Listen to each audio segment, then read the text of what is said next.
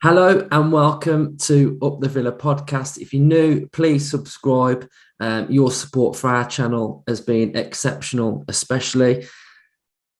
The title to this one on the thumbnail is What Went Wrong Part 2. I didn't intend for it to actually become a series. It's obviously a follow-on from what happened against Wolves.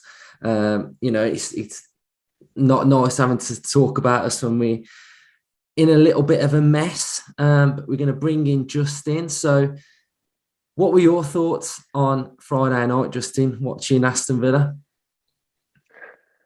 Well, I was excited before the game. I was obviously hoping we'd bounce back. I was thinking that this was a great opportunity for us to bounce back after what happened against Wolves. And after we spoke after the Wolves debacle, we did say in that pod that we were worried that defeat would be a bigger defeat than it was. And I think ultimately that's how it panned out against Arsenal. I think we didn't react at all to the loss. I think we were very poor from the first minute. I was I was very disappointed that he'd stuck with the formation that had been gradually just getting worse and worse by the game. I thought it was time to change it for Arsenal, but he didn't. We did have Bailey available. Obviously, he didn't deem that he was ready to start. And from the very first whistle, first 10 minutes, really, the tone of the game was set, wasn't it? We sat back. I've got to say, Arsenal were outstanding, but I think we allowed them to play. We allowed them to dominate. We didn't looked pretty clueless in that first half, especially.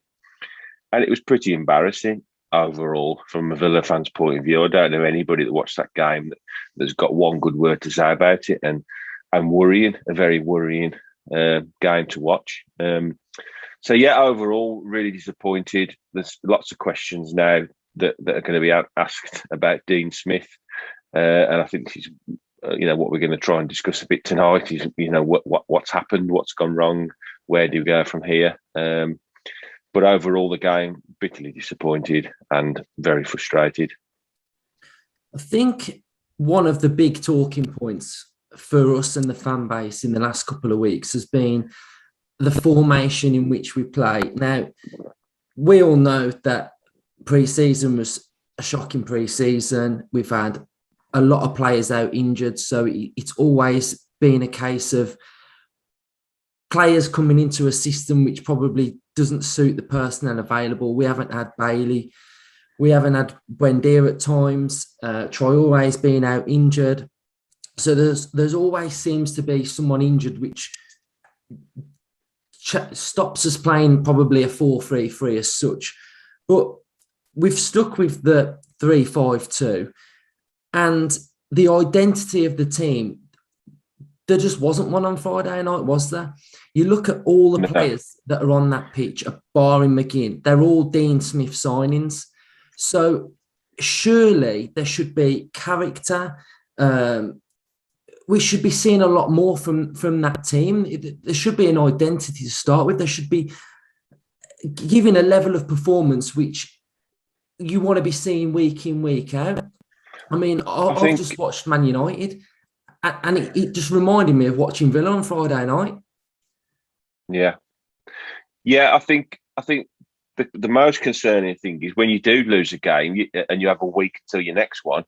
I think you just hope that they're going to get on the training ground. They're going to all get their heads together, have a good chat about what went wrong. I know it was a weird way to lose the game, the Wolves game, but ultimately it was a loss. So you want to regroup. You want to think about what you're doing. You think, how do we want to attack the next game? And to start the way we did against Arsenal, I never understand it. I just cannot understand why we can't get up for a game like of that magnitude. The first 10, 15 minutes, we just didn't get going. The midfield was non-existent. The back, the 3-5-2 was basically a 5 at the back, which then becomes really difficult to get any kind of momentum or hold in the game because your forward players become massively isolated, which they were. And the midfield, was poor. And Buendia, as lovely as a footballer he is, and I still think he'd have a big part to play for us this season. He's just gets, in those kind of situations, those kind of games, they don't suit him at all because we were dominated totally in midfield. He was knocked off the ball left, right, and centre. His physicality, he's up to that kind of battle in the middle of the park. So all those decisions that were made from the Wolves game to when we kicked off against Arsenal, who's making those decisions? It's ultimately the manager and the coaching staff, isn't it? So there's only one really place to lay the blame there, isn't it? And the other most frustrating thing was I'm sure I wasn't the only one. I'm pretty sure probably 95% of the fan base was screaming at the telly, change the game, Dean. It's not working. And he's got this in his mentality where he just doesn't want to change the game early. I mean, waiting those extra 10, 15 minutes was such a gamble, 1-0, and it backfired huge. I mean, had we not given that penalty away and we'd have gone in 1-0, he would have got away with it, really, because he should have been 2 or 3-0 up at half time. Obviously, it was 2-0, but it should have, it could have been out of sight. So waiting to make that change. I don't get it. Whether he's too nice, he does seem to be a really nice bloke, but I think sometimes you have to put that aside and do the right thing for the team. The right thing for the team would have been to change the game after half an hour, change the formation, change the personnel, send a message onto that pitch that this is really, really not good enough, and we're going to make changes, and we're not afraid to make changes and try to change the game, try to change the momentum in the game. Managers have very little, say really when a game kicks off. It's only really half time and substitutions where they can affect the game. And that was his opportunity to say, I'm the manager, you're not doing it, so I'm changing it. I've got 6, 7 players on the bench here that will all die to get on that pitch, so I'm going to chuck one of them on. And he didn't do it, which was really disappointing. And he's got to find that side to his management, I think, now, because he's going to be under increased pressure going forward if he doesn't. Yeah, I think that the pressure is there now, isn't it? And it's going to get more and more with every bad performance that we do. So let's touch on Dino then. I'm like you. I do not want Dean Smith to get the sack. I do not want us to change our manager. But there's certain questions now where you're looking at it and you're thinking something just isn't really right, is it? I think for me, I want to sort of look at a little bit of the recruitment here as well. So we bring in Buendia. So Buendia comes in the summer, doesn't he? Fantastic player like you. I feel like he's got a real, he's going to be a good player with us.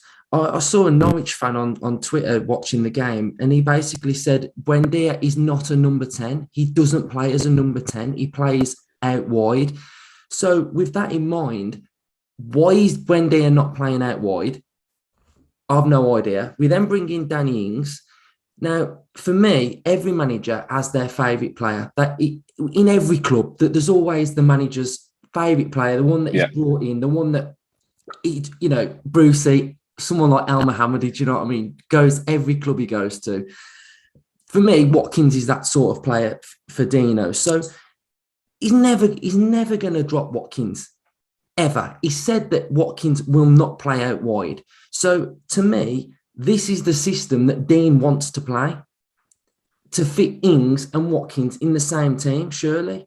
We then bring in Leon Bailey, who does not fit into this system in the formation that we're playing right now.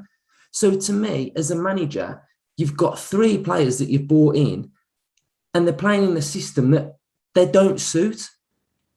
The only system that these 3 players would suit is 4-3-3.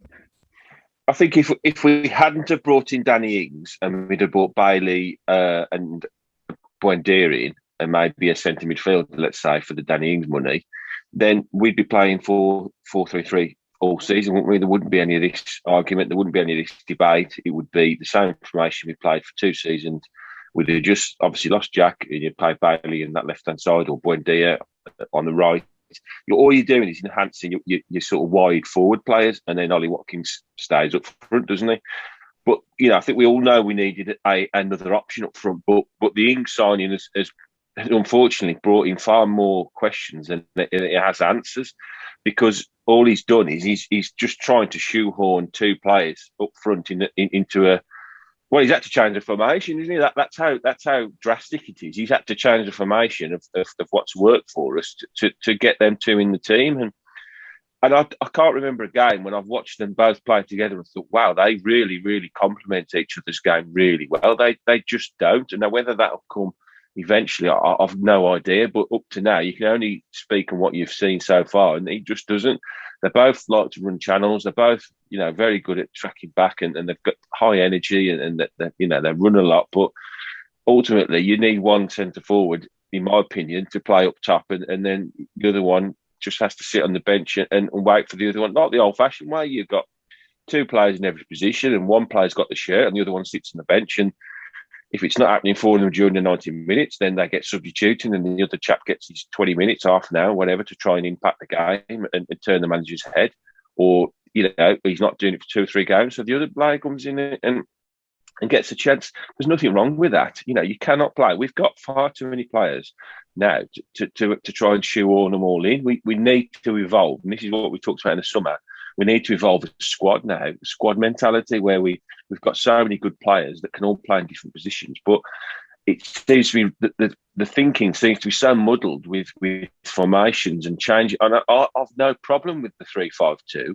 It worked quite well. It was only 4 games ago we was thrashing Everton at home and winning away at Old Trafford. So, it has got its merits, but I think it's even then it still looked like it was round, square pegs in round holes because they don't seem to gel together very well up front, and it's now costing Dean, big, really, isn't it? Because the results are starting to turn now.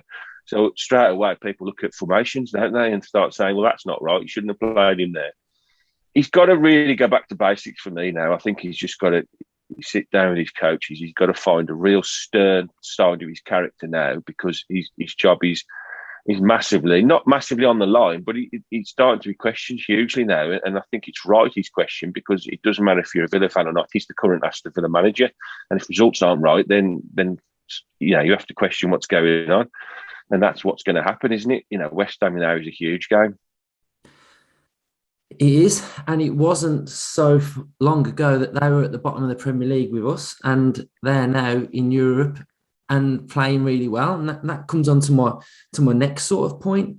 We're in our 3rd season of being a Premier League team now. We all would like to say we are an established team in this league. I don't feel like we're going to get relegated for 1 second, but there's been levels of performances so far this season against Watford, Brentford first half, Arsenal that first half, where we've been pretty woeful, and I don't really think that type of performance is acceptable. And this is what my issue is. Spurs away as well. We don't turn up. It's just not good enough, and that is the problem. We've been in this league 3 years now. We should be putting in a level of performance where we're like a 7 out of 10 every game. Do you know what I mean? Like, if we're bad, we'll be a 7, and then anything better, we'll be playing really well. But you go into the games now and you're thinking, what team's going to turn up here? You go in on Sunday and you're thinking, we could get battered at home against West Ham the way they play. We could get absolutely bullied in midfield against West Ham, which is a real worry. And it just sort of feels like, watching us against Arsenal, it looked like we were a newly promoted team.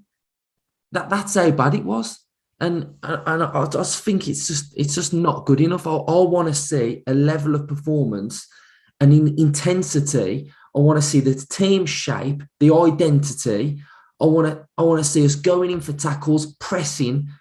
There was just none of that on Friday night. It was absolutely awful. And I think that does come from the setup and what is being said. Like, some of the players on Friday, I actually felt sorry for them at times, because I just thought, what are they meant to do? Cash was getting the ball target under pressure. There was nothing that they could possibly do. It needed, like you say, changing and tweaking. And I think that's this is a frustrating thing about the Arsenal game, right? Now, just after half-time, when he made the changes at half-time, for the first 10 minutes of the second half, we did look like a totally different team. Watkins was playing off the left. He was cutting inside. I think we had 2 or 3 shots within 10 minutes, of the second half starting. And that straight away, just that shape of that second half looked so much better than the whole of the first half. But we'd already given the Arsenal the momentum of the 2-0. Had he done that after 30 minutes, that last 15 minutes of the first half, we could have maybe settled into the new formation, new shape, and then kicked on in the second half at 1-0 down. And the way Arsenal are, they are, should we have got one back and got it back to 1-1, I think we could have gone on and got something out of the game. But this is what we're on about with Dino. He's got to. His substitutions, a lot of the time, are just, they're reactionary rather than he's waiting for something to happen before he makes the change, where he should be, if we can all sit at home watching the telly going, we've got to change this because it's just, all that's going to happen is they're going to score again. If we can see that, why couldn't they see that? And that's where the frustration of the fan base comes from, because all we kept seeing was the camera panning to him and Shakespeare for a good 20 minutes talking, but nothing changed. Nothing changed in the game. The momentum of the game didn't change. Arsenal just keep coming. They're waving of attacks. So at what point does the manager go, this just isn't working, so we've got to change it, let's do it? I can't compute that, really, because he's the one that can change the game. We couldn't. We were all screaming at the telly to do something, and he didn't do it. So, so you could only blame the manager for that, really, can't you? It's hard to sit here criticising Dean Smith because we love Dean Smith, and I still think he's the man that will take us forward. I'm praying that he can turn this around, but we can't sit here blinkered and lie from what we saw. We all know what we saw. We saw a performance that was utterly unacceptable from an Aston Villa team that now, like you say, is established in the Premier League and looking to kick on. And you can make all the excuses you want about injuries and we haven't had a good pre-season. Nobody's had a good pre-season. Everybody was in the same boat. Everybody had to come back and all over the place. Every team has interest. Every team loses players. It's how you react to those things. And we're reacting really badly now. And unfortunately, in any line of work, in any business, if things aren't going well on the shop floor, you look to your manager to change it and to be the one that, okay, what do we do now, boss? How do we change this? And that's what he's got to do now. Yeah, I feel like it's not the end of the world. We're sitting 13th, 10 points, 5 points off 6th place. Not saying we're going to get 6th place, but we are just like probably a United game, a win away from the fan base feeling pretty positive. So we got West Ham coming up, a very, very difficult game. So far this season, we've won 3, drawn 1 and lost 5, -2 goal difference. And like you're saying, it's been just pretty frustrating. I think one point I'd make about the Arsenal game, we'll finish on that Arsenal game as well now, because I'm sick of talking about it, is when we got the goal, right? When we got the goal, we had another little spell where, was it that little clipped ball that nearly went in as well? So that could have been 3-2, right? Look what happened when we started to put that Arsenal team under pressure. They're flaky. They're fragile. You're saying they played really well. They did because we allowed them to. But the minute you start putting them under pressure, they were ropey at the back. So I'm like you. I just felt we should have made the changes earlier. I will not say Dean Smith out. I think some we get quite a few in the comments now saying Smith out, and I think that's just a reactional thing to say. I think for me, if you are going to say that, then let us write in the comments who could come in and do a better job. Because if someone's going to put Frank Lampard and Steven Gerrard, then I'm sorry, that's just that ain't going to sit well with me anyway. If those are the type of names that you're telling me that we're going to be bringing in to replace him, I think yes, Dino, he's under pressure. We're not playing very well for everything that we've just said before this. And then on the other hand, he deserves time to try and get us out this little rut that we're in at the minute anyway. I think so. We're moaning about the performances and what we're watching, but I think he should have definitely more time to try and get this before a fan base starts turning.